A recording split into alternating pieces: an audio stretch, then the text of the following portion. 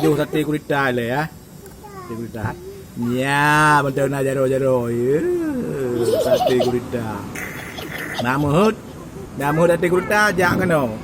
Luk sudu. Sate gurita lah. Ya. Ya. Ya, guritanya punya totori imat-mat aju. Ya, labah-bah aja tu. Itu lawah. Lawah.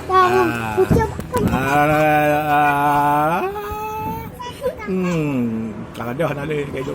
Pun dah le. Mau lagi? Tunggu. Jangan lagi. Kalau berzakat bukan tempat tu ke apa? Tak boleh je. Buat buat. Tapi baju. Gak ada je ya.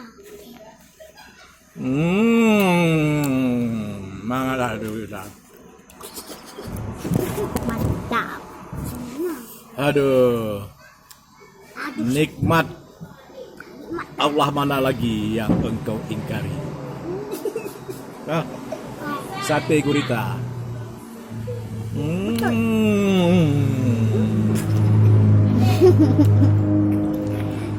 Mana kek? Nama kek. Wih, wih. Lezat. Wih, cakap. Jangan mati kacang. Oh, cara. Tato je. Nah, ini yang paling panjang. Sakit tato je di putih. Ini bisa kobel-kobel mulut orang nih dari gigi. Kakek. Hati masuk hidung. Sate gurita. Kalau hidup dia bisa nangkap orang. Kakek 100 punten matematika. Betul lah. Aju. Ya. Contoh kakek. Bisa. 8 ke 8 Badung. Hah? 8 kali 8. Maksudnya 8 kali 8.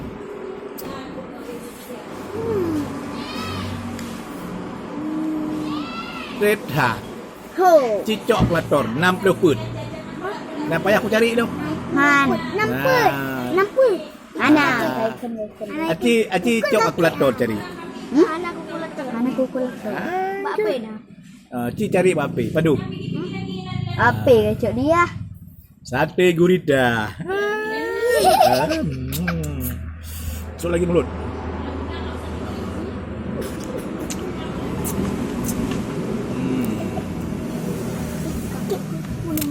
Yang mau makan sate gurita datang ke Lok Sudu. Aceh Besar.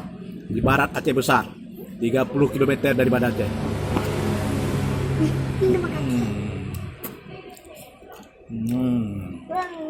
Orang asli bapak.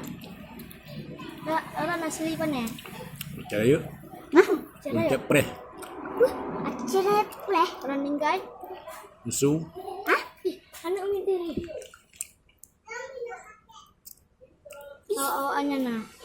Dapat pedang kon. Yang nabain man